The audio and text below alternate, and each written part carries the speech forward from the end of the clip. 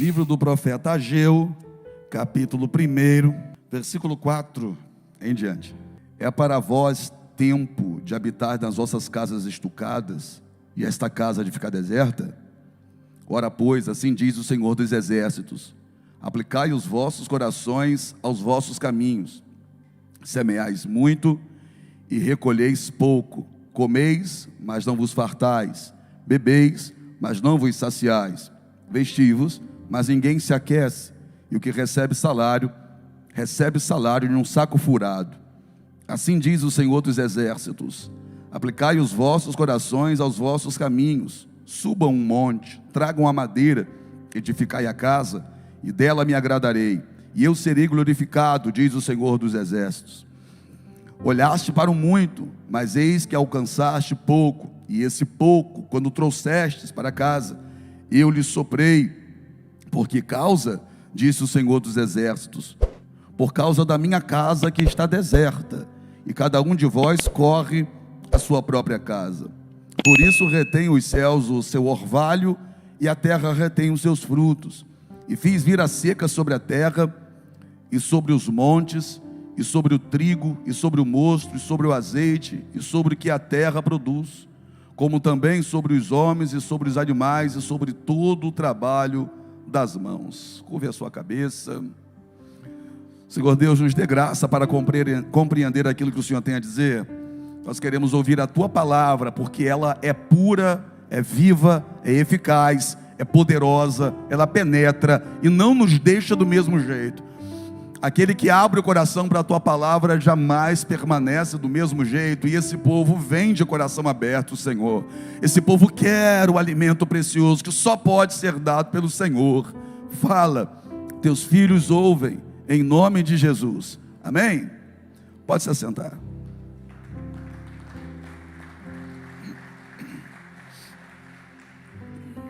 A maioria que aqui está conhece o contexto do livro de Ageu, mas eu preciso traçar aqui alguns pontos para que os demais também possam acompanhar a linha de raciocínio. Esse povo estava voltando de um cativeiro.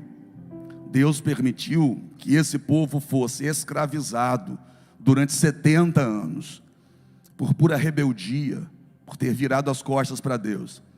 Esse povo roubou de Deus 70 anos sabáticos. E agora eles vão ficar num cativeiro durante 70 anos. E o que é um ano sabático? Deus havia dado uma ordem ao povo, lá no livro de Levítico. Deus disse que durante 6 anos era para plantar e colher, mas no 7º ano a terra deveria descansar. E Deus disse que no 6º ano Ele faria com que o povo colhesse o dobro, para que pudesse dar descanso à terra no 7º ano. Deus cumpriu a parte dele nessa promessa. O povo foi trabalhando 6 anos, no 6º ano colheu o dobro, para poder o próximo ano não precisar plantar. Mas no próximo ano a ganância tomou conta do povo, e o povo roubou o ano sabático. O povo foi para a terra, plantou na terra, coisa que Deus havia dito que era para não fazer. Apóstolo, por que Deus mandou isso? Porque Ele é Deus, e manda quem pode, obedece quem tem juízo ou não. Deus mandou, pronto. Se a gente costuma dizer que Deus falou, está falado, por que a gente só traz isso para o lado das promessas? Se Deus falou, está falado em relação às promessas, mas se Deus falou, está falado também em relação às ordens. Se Deus mandou, eu vou questionar por quê. Eu vou abaixar minha cabeça e eu vou obedecer, mas o povo não obedeceu. E isso eles fizeram durante muito tempo. Eles roubaram 70 anos sabáticos. Aí Deus vai permitir um cativeiro de 70 anos dentro de Babilônia. Deus entrega o povo dele na mão dos inimigos. Aquilo era como um remédio amargo, mas para trazer cura para a rebeldia daquele povo, para a desobediência daquele povo. Bom, Nabucodonosor estava reinando em Babilônia. Deus permite que ele venha com seu exército, rodeie Jerusalém, destrua a cidade, leve todo mundo para ser cativo dentro de Babilônia. 70 anos vai durar o cativeiro, e Deus havia dito por boca de Jeremias que o cativeiro teria começo, meio e fim. 70 anos depois, Deus levanta um homem chamado Ciro. Ciro nem pertencia ao povo de Deus. Ciro era um persa. Ciro vai se levantar, vai vir contra a Babilônia e vai tomar a Babilônia, vai conquistar a Babilônia. Babilônia tinha muralhas que naquela época eram consideradas intransponíveis, ninguém conseguiria entrar em Babilônia. Mas Ciro agiu com sabedoria, Ciro montou uma estratégia. E qual foi a estratégia de Ciro? Ciro não passou por cima da muralha e nem tentou derrubá-la. Ciro passou por debaixo da muralha. Porque as águas que passavam por debaixo da muralha era que sustentavam Babilônia lá dentro. Então Ciro passa por debaixo da muralha, sai do outro lado com o seu exército, eles dominam o exército de Babilônia, tomam Babilônia, conquistam Babilônia. Deus entregou Babilônia na mão de Ciro. E isso, 200 anos antes, Deus já havia dito que faria. Antes de Ciro nascer, Deus já havia dito que levantaria um homem chamado Ciro, e que através de Ciro, ele iria libertar o povo dele do cativeiro. Vê se pode. Antes de Ciro nascer, Deus usou a boca do profeta Isaías e disse assim, que direi pois de Ciro? Ele é o meu pastor, e fará tudo o que me apraz. 200 anos antes do homem nascer. Antes de você nascer, Deus já tinha propósito para a tua existência. Ninguém aqui nasceu por acaso. Você não nasceu porque o método contraceptivo que os seus pais usaram falhou, não. Você nasceu porque Deus quis que você nascesse. E se Deus quis, é porque tem propósito com a tua vida. Está comigo aqui? Então Deus levanta Ciro, conquista a Babilônia. E quando vão dar uma geral lá no templo que estava em Jerusalém, vão encontrar o rolo do profeta Isaías. Encontrando o rolo do profeta Isaías, eles ficam chocados quando eles vão ler lá no rolo do profeta Isaías, que viveu 200 anos antes, que o profeta já estava falando acerca de Ciro. Trazem aquilo a Ciro, então Ciro vai compreender como foi que ele conseguiu conquistar a Babilônia. Quando Ciro ouviu o nome dele escrito no livro, no rolo do profeta Isaías, ele ficou maravilhado e ele entendeu, foi o Deus de Israel que me fez chegar até aqui, foi o Deus de Israel que me deu essa vitória, e eu vou fazer o que o Deus de Israel quer. Ciro manda abrir os portões de Babilônia e libertar esse povo. 70 anos de cativeiro. 70 anos agora eles vão sair de Babilônia e eles vão voltar a Jerusalém. E Ciro deu uma ordem, olha, a primeira coisa que vocês farão quando lá chegarem é reedificar o templo de adoração ao Deus de vocês. Que Ciro sabia, foi esse Deus que me levantou, foi esse Deus que me fez conquistar. Então eu vou dar liberdade a esse povo e vou dizer a esse povo para reconstruir o templo. Ciro deu uma ordem, reconstruam o templo primeiro. Eles saem de Babilônia, vão para Jerusalém. Começa o processo da reconstrução. Só que Ciro, quando disse que era para reconstruir o templo, Ciro disse que mandaria madeira, mandaria ouro e mandaria prata para ajudar. Só que Ciro era homem, e homem muitas vezes se esquece do que prometeu. Homem muitas vezes diz que vai fazer sem nem a intenção de fato fazer. Ciro disse que faria, mas não fez. Não mandou madeira, não mandou ouro e não mandou a prata. Esse povo está lá agora para reconstruir o templo, mas a madeira não chega, o ouro não chega, a prata não chega. Já era um empecilho para a reconstrução. E para piorar a situação, os samaritanos se levantam e oferecem ajuda a eles. Mas eles percebem que os samaritanos não queriam ajudar de verdade, só queriam se infiltrar no meio deles para atrapalhar. Tem gente que se aproxima de você, mas não é para te ajudar, é para atrapalhar. Eles percebendo que os samaritanos no fundo queriam atrapalhar, eles vão dizer assim, não, nós não queremos não.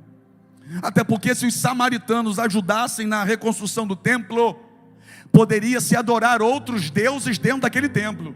Mas o templo que deveria ser erguido ali, era igualzinho a esse aqui. Como assim? O único Deus que deve ser adorado é o Deus verdadeiro, é o Deus tremendo, é o Deus santo. Então eles rejeitam a adoração, rejeitam a ajuda dos samaritanos. Os samaritanos ficam indignados com aquilo e tentam fazer de tudo para atrapalhar. O fato é, devido às dificuldades, devido aos empecilhos, devido à falta da madeira, do ouro e da prata que Ciro prometeu e não mandou, esse povo que está em Jerusalém, simplesmente em relação ao templo, ele cruzam os braços. Eles param a reconstrução. E cada um deles agora volta a sua face para a sua própria casa, e cada um vai cuidar da própria vida agora. Eles não querem mais saber de reconstruir o templo. Eles não estão mais priorizando aquilo que Deus mandou. Eles estão fazendo aquilo que o coração estava mandando agora. E o que o coração deles estava mandando era: vamos cuidar da nossa casa e acabou. A casa de Deus, a gente não vai mexer agora não. Vamos cuidar da nossa casa. E é nessa época que Deus levanta o profeta Ageu. Deus levanta o profeta Ageu para falar com Zorobabel. Deus levanta o profeta Ageu para falar com Josué. Porque se Zorobabel era o líder religioso, Josué era aquele que deveria trazer o povo de volta para o altar. Era um líder também. Então Deus levanta Ageu e vai dizer: olha, vocês sabem por que vocês não estão prosperando? Sabe por que nada para vocês está dando certo? Sabe por que a vida de vocês não vai para frente? Sabe por que vocês não avançam? Porque eu não estou deixando. E olha o que Deus vai falar algumas vezes. Deus vai repetir uma situação aqui. Deus vai dizer assim, ó: apliquem o vosso coração aos vossos caminhos. Você vai ver várias vezes Deus falando isso. Apliquem os vossos corações aos vossos caminhos. O que Deus está dizendo é o seguinte: para e pensa no que vocês estão fazendo. Analisa o que vocês estão fazendo, e vocês vão entender por que vocês não estão tendo resultado. Pensa no que vocês estão fazendo com a vida de vocês, e vocês vão entender por que estão vivendo como estão. Para e pensa, analisa qual caminho que vocês escolheram para vocês, e vocês vão compreender por que as coisas para vocês estão travadas. O que Deus está falando com aquele povo é o seguinte: olha, dá uma analisada na sua vida. Olha para alguém e vamos começar. Pergunta para essa pessoa: o que você está fazendo com a sua vida?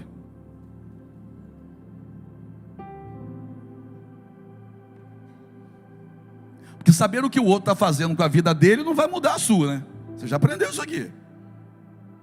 Ficar de olho no que o outro está fazendo com a vida dele não vai mudar a sua vida em nada. O que é que você está fazendo com a sua vida? Deixa eu melhorar isso aqui para depois a gente avançar. O que você fez com a tua vida? Porque a vida que você vive hoje é resultado daquilo que você fez com a vida que Deus te deu.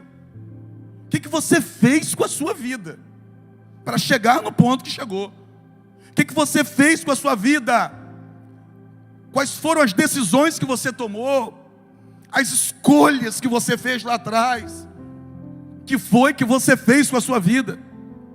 Para alguns, vale a gente olhar nos olhos, abrir um sorriso e dizer: olha, o que você fez com a sua vida? Porque a vida da pessoa fluiu. Para outros, dá vontade de chegar perto, com a voz de pena, olhar e dizer: o que você fez com a sua vida?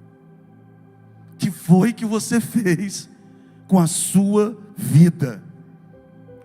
Eu sei que tem gente aqui que tem medo de se olhar no espelho e se fazer essa pergunta. Deveria ter coragem, mas tem medo. E por que eu digo que deveria ter coragem? É que se ainda está vivo, dá tempo de mudar. Então vamos deixar o medo de lado e vamos ter coragem? Vamos ter coragem de dar uma olhada para nós mesmos e perguntar isso.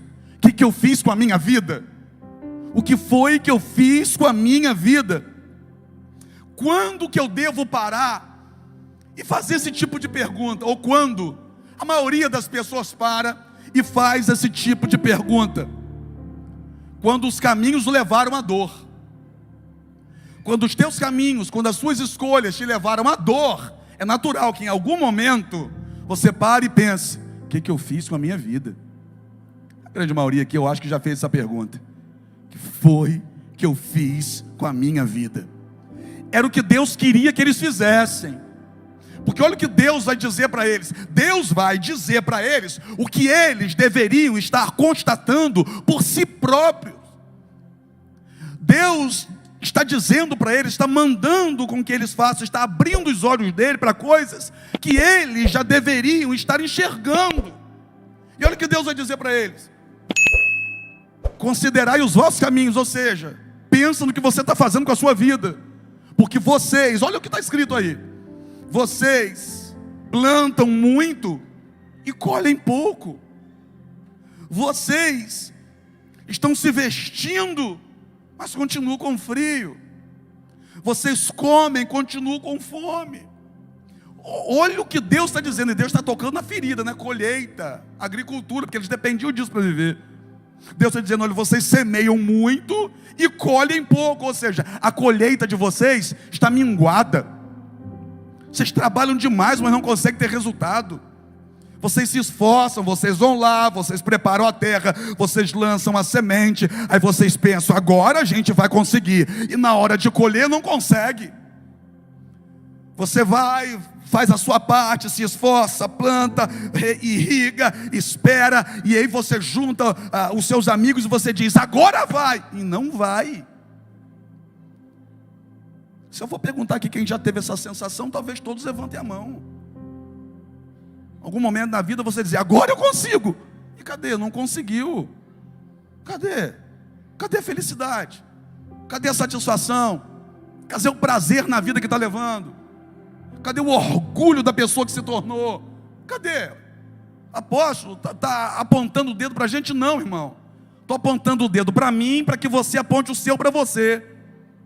A vida que você leva, o jovem que você foi antigamente teria orgulho? Era isso mesmo que você sonhou viver? Você está vivendo tudo aquilo que lá atrás você sonhava viver? Você tem o que você sonhava ter? Você é feliz como sonhava ser, ou como buscou ser ao longo de toda a sua vida? Está tudo bem contigo, irmão? Está tudo bem contigo? Ou será que aquele jovem lá de trás era cheio de sonhos, cheio de esperança, e dizia, quando eu crescer, você é igual a fulano, você é igual a Beltrano, quando eu crescer, você é isso, você é aquilo outro. Ei, você cresceu. Você cresceu, olha você aqui. Olha a idade que você está. Não vou te perguntar a sua idade não, a minha é 44. Olha a idade que nós estamos. Chegamos aqui. Mas chegamos de que maneira? Satisfeitos? Chegamos de que maneira? Bem com o resultado? Ou será que chegamos frustrados, decepcionados com aquilo que a gente fez com a nossa vida? O que você fez com a sua vida? O que você fez com a sua vida? Apóstolo, eu sonhava ter um casamento. O que você fez com a sua vida? Quando eu desde menino eu sonhava em ter uma família assim, assim, assim. O que você fez com a sua vida então? Foi o quê? Escolheu errado? O que foi? Transou antes da hora? O que foi? O que você fez? E aquela família dos sonhos lá atrás? Lembra a família que você sonhava? A família que você sonhava era a família que você está vivendo hoje? Os resultados que você esperava lá atrás são os resultados que você vive hoje? Não. Bom, então vamos ouvir o conselho de Deus. E qual é o conselho de Deus? Para e pensa no que você está fazendo com a sua vida. Dá para entender que aqui eles já tinham feito a coisa errada? E por isso estavam colhendo, o que estavam colhendo? Mas mesmo já tendo feito a coisa errada, Deus está olhando para eles e está dizendo assim, ó, parem e pensem no que vocês fizeram. E o que tem isso? Lá no capítulo 2, Deus vai dizer assim para eles, ó, a glória da segunda casa será maior do que a da primeira. Estou entendendo não, vou te explicar. Deus está dizendo o seguinte, ainda que vocês até aqui tenham feito escolhas erradas, ainda dá tempo de fazer a escolha certa, ainda dá tempo de consertar isso aí, ainda dá tempo de ser feliz, ainda dá tempo de viver o que vocês sonhavam viver, ainda dá tempo. Olha para alguém e diga assim, ó, dá tempo, se você não perder tempo. Você entendeu ou não? Dá tempo se você não perder tempo. Se você perder tempo achando ou fingindo que está feliz, não vai dar tempo. Se você perder tempo vivendo de aparência, não vai dar tempo. Se você perder tempo dizendo, não, estou bem do jeito que eu estou, quando na verdade isso é uma grande mentira, claro que não estou generalizando, mas em algumas situações, isso é perder tempo. E se você perder tempo, você não vai ter mais tempo. Deus está dizendo para eles, considerai os vossos caminhos. Vocês estão colhendo menos do que poderiam colher. Sabe que você não está vivendo menos do que você poderia estar vivendo? Sabe que você não está desfrutando menos do que você poderia estar desfrutando? Porque colheita é desfrute. É desfrutar daquilo que se plantou. Será que você não está desfrutando menos do que Deus tem para você desfrutar? Você come o que pode, o que consegue ou o que quer. Você vai aonde gostaria de ir ou onde dá para ir. Você sorri quando alguém conta uma piada, ou quando você olha para a situação à sua volta, a sua família, você diz: muito obrigado, meu Senhor. Considerai os vossos caminhos. Então, primeiro ponto: quando é que a gente para dar uma analisada na nossa vida? Quando os nossos caminhos nos levam à dor. E está vivendo uma vida bem longe daquilo que sonhou viver, dói. Dói. Uma realidade de vida de sofrimento, dói. Segundo ponto: quando é que eu paro para analisar o que eu fiz com a minha vida? Quando eu estou me transformando em uma pessoa frustrada. E é facinho identificar, Irlanda, uma pessoa frustrada. Como assim é fácil? É fácil. A pessoa que reclama de tudo é uma pessoa frustrada. E ela desconta a sua frustração em pessoas à sua volta ou em coisas ao seu alcance. Reclama do carro, reclama da casa, reclama do governo, reclama do pai, reclama da mãe, reclama da esposa, reclama do marido, reclama do filho, reclama do pastor, reclama da igreja, reclama do sol, reclama do frio. Uma pessoa frustrada, ela deposita a sua frustração em pessoas à sua volta e em coisas ao seu alcance. É por isso que nunca o carro está bom, né? Por isso que nunca a tua casa é boa para você. Você pode trocar de casa toda semana, mas sempre vai ter alguma coisa para reclamar daquela casa nova. Você reclama da roupa que veste, vai na frente do espelho 38 vezes e diz: está ruim, está ruim, está ruim, está ruim. Talvez o que esteja ruim não seja a roupa, seja você. Frustração. Então, quando nós estamos nos transformando em uma pessoa frustrada, isso é um alerta para a gente parar e pensar: peraí, o que é que eu estou fazendo com a minha vida? Ou, o que é que eu fiz até aqui com a minha vida? Irmão, não é bullying não, mas eu preciso falar, só para exemplificar, sim ou não? Vou falar. Imagina o seguinte: você vai na frente do espelho 40 vezes e nenhuma roupa está boa. Será que o problema está na roupa ou está na quantidade de hambúrguer que você come? Não é bullying, por favor.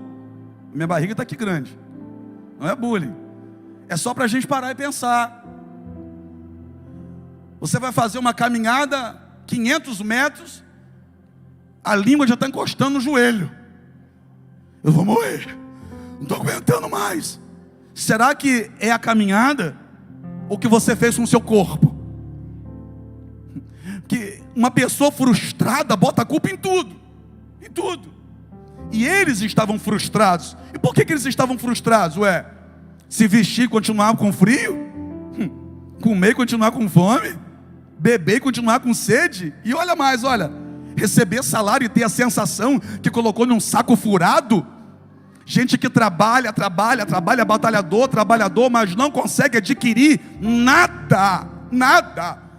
E aí usa aquele argumento assim, é porque dessa terra a gente não leva nada. Verdade mesmo, irmão. Dessa terra a gente não leva nada, mas a gente desfruta do que dá para desfrutar. Que a desculpa daquele que é frustrado é essa: para quê? Aquela roupa lá, dessa terra a gente não leva nada.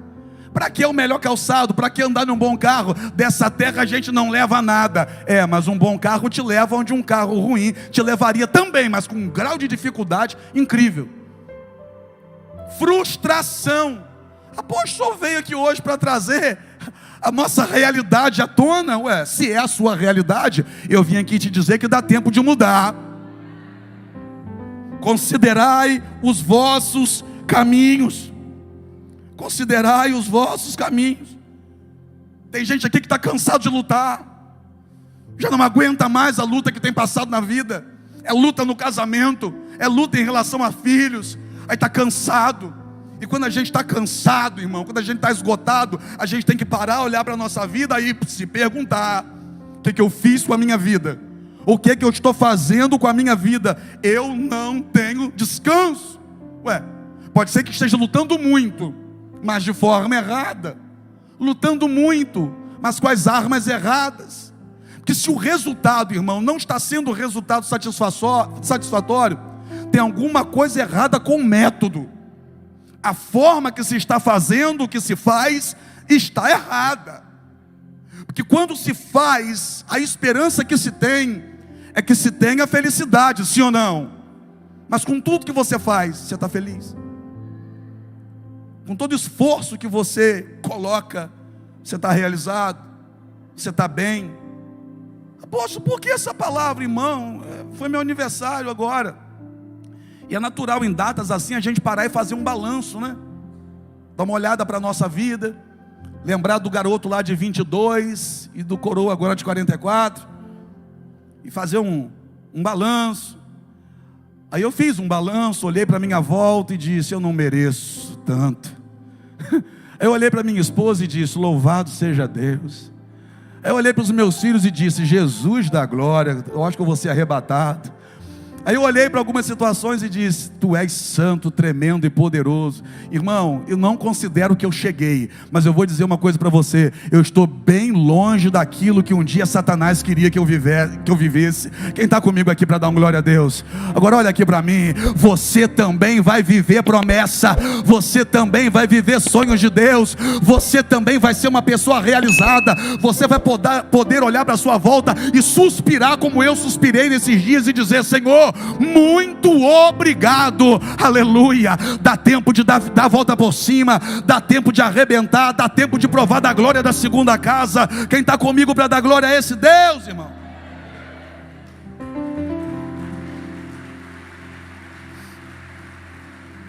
Considerai os vossos caminhos.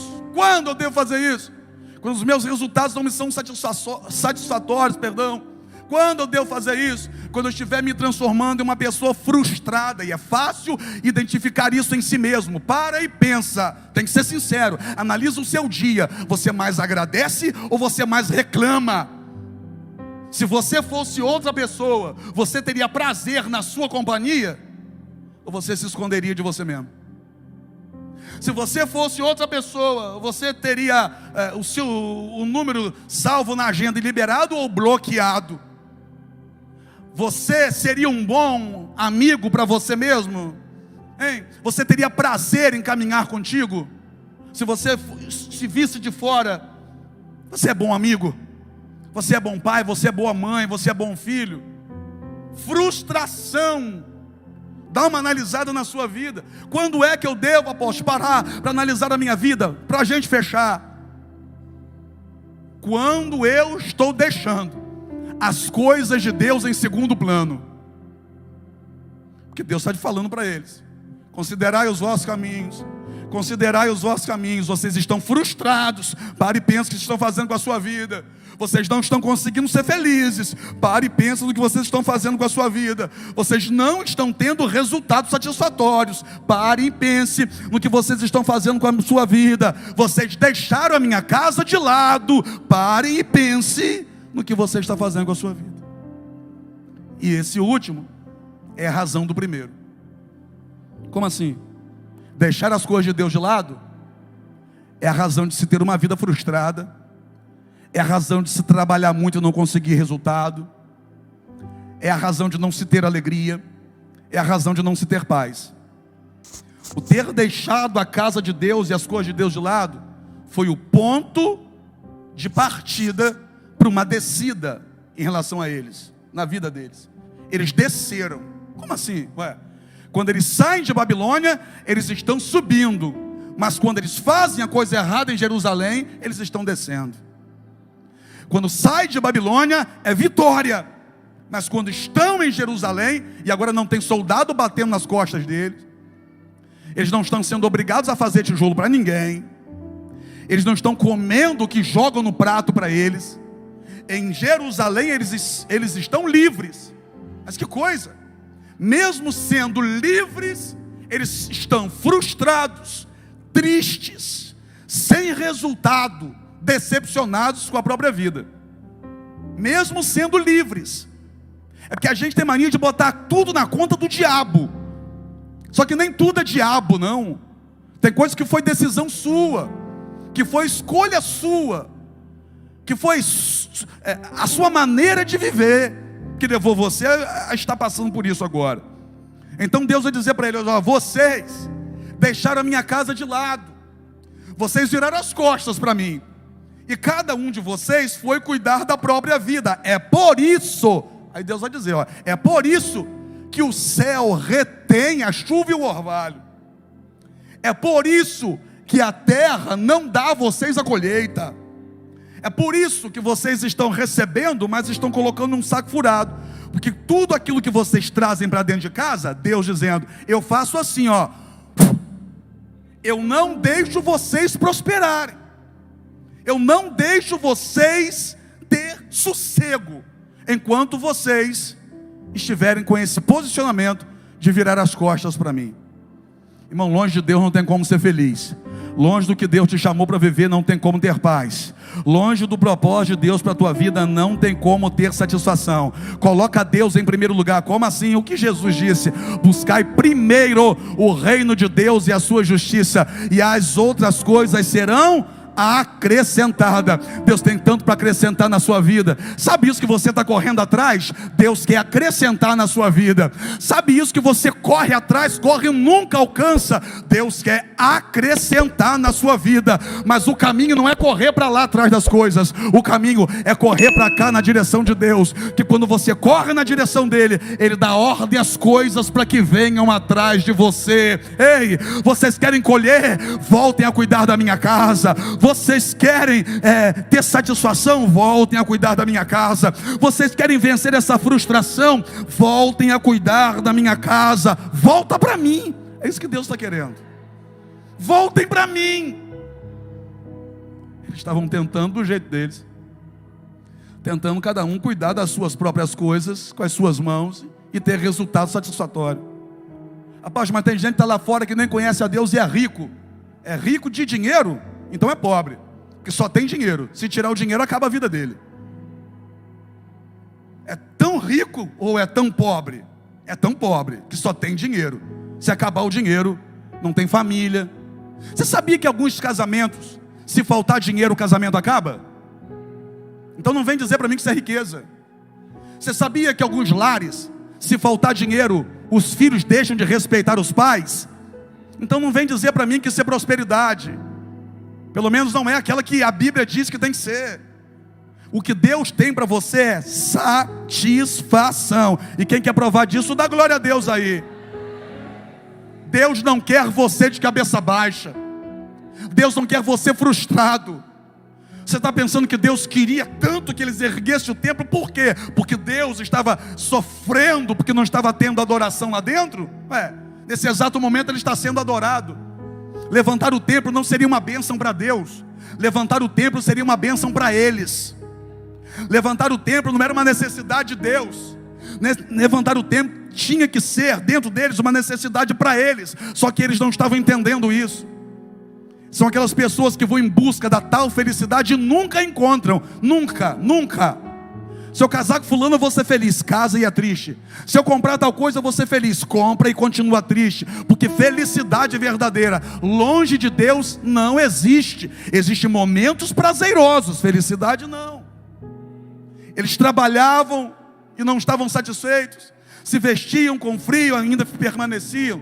Bebiam e continuavam com sede. Ou seja, tudo dando errado. E eles estavam em um lugar que tinha tudo para dar certo. Eles saíram do cativeiro. Eles não estavam no cativeiro, não estavam escravizados mais. Eles estavam na terra deles. Tinha tudo para dar certo, mas estava dando errado. Você consegue fazer essa autoanálise? Porque tem gente aqui que tinha tudo para dar certo, mas está dando certo. Tem gente aqui que desde criança, a tua própria família olhava para você e dizia: esse aí vai dar certo. Você deu certo? Do jeito que você imaginava?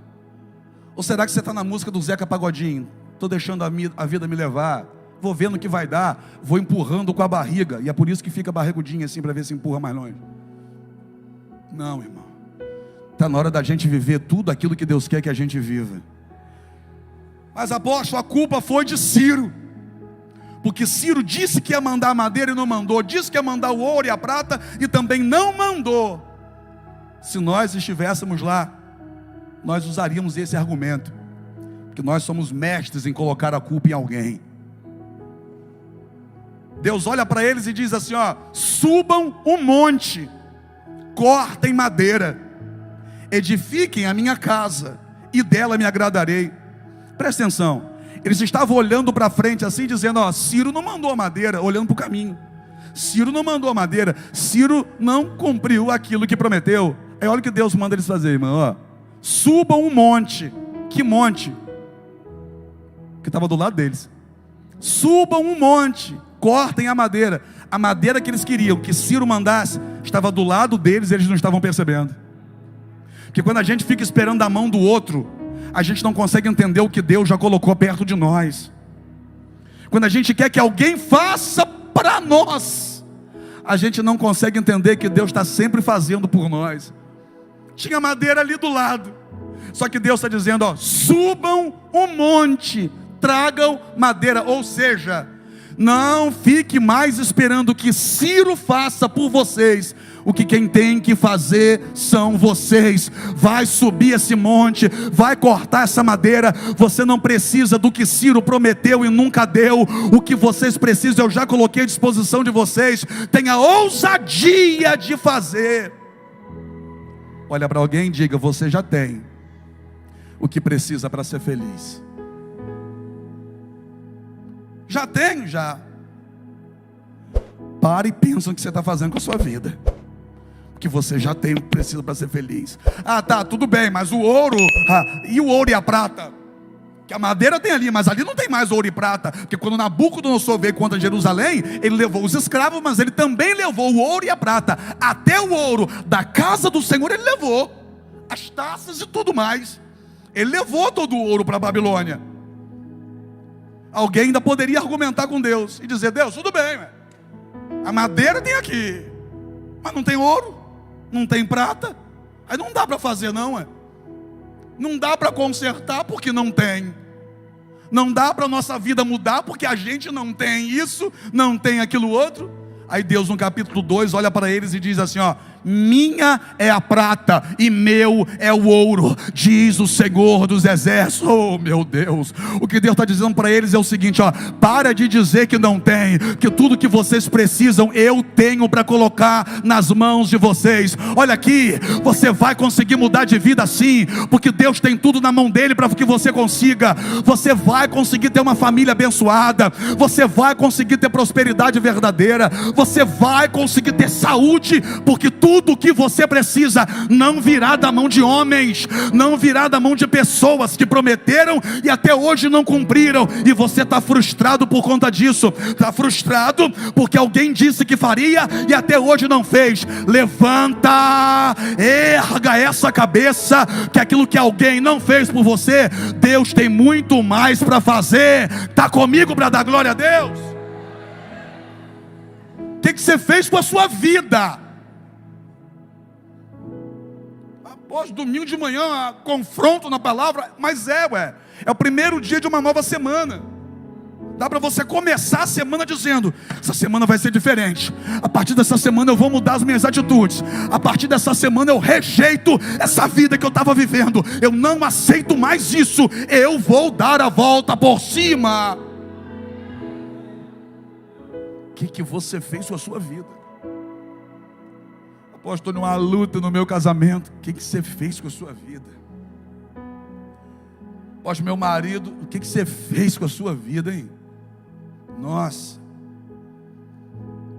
está machucando falar assim. Eu vou continuar falando assim, porque tem gente que só acorda quando é ferido.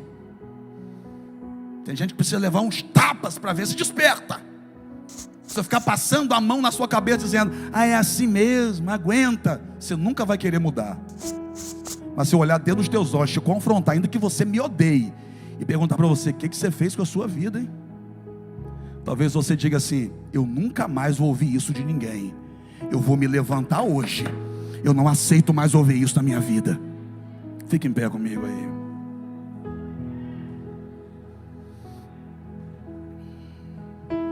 Eu disse uma vez em um culto aqui, não sei se foi culto, não sei se foi reunião, eu não lembro mais. Também não tenho idade para lembrar de tudo mais, né? Eu disse que quando alguém disser para você assim, ó, você tem um potencial incrível, ao invés de você sorrir, fique preocupado. Porque se eu estou dizendo que você tem potencial, eu estou dizendo que você não está vivendo o que poderia viver. Você tem um potencial, mas não está vivendo esse potencial. Eita, irmão, e tem gente aqui que tem um potencial incrível. Só que essa pessoa que tem, ao invés de ficar feliz, deveria ficar pensativa. Rapaz, se ele está dizendo que eu tenho um potencial incrível, é sinal que eu não estou vivendo o que eu poderia estar vivendo. Mas já que eu tenho o potencial, vou me levantar para viver. Você é melhor do que a vida diz para você que você é. Quem sabe a vida diz para você que você é alguém descartável porque alguém te abandonou. Quem te abandonou não revelou o valor que você tem, revelou o caráter que tem. Você entendeu ou não? Você não tem menos valor porque alguém te abandonou. Esse abandono não revela o teu valor, revela o caráter de quem te abandonou. Quem te desprezou não está revelando o seu valor. Não é porque alguém te desprezou que você é inferior. Não. Quem te desprezou não revela o teu valor, revela o caráter que tem. Então levanta desse lugar onde alguém te desprezou e vamos embora seguir em frente, que ainda tem muita coisa para viver. Você está vivo, dá tempo. Deus olha para eles e diz: levantem, subam um monte, cortem madeira, edifiquem a minha casa, dela me agradarei. Ou seja, eu vim aqui para dar uma segunda chance a vocês. Vocês fizeram tudo errado com a vida de vocês até aqui, mas a partir de agora vocês podem fazer a coisa certa. Ainda dá tempo de virar esse jogo. Quem gosta de futebol aqui? Levanta a mão para ver.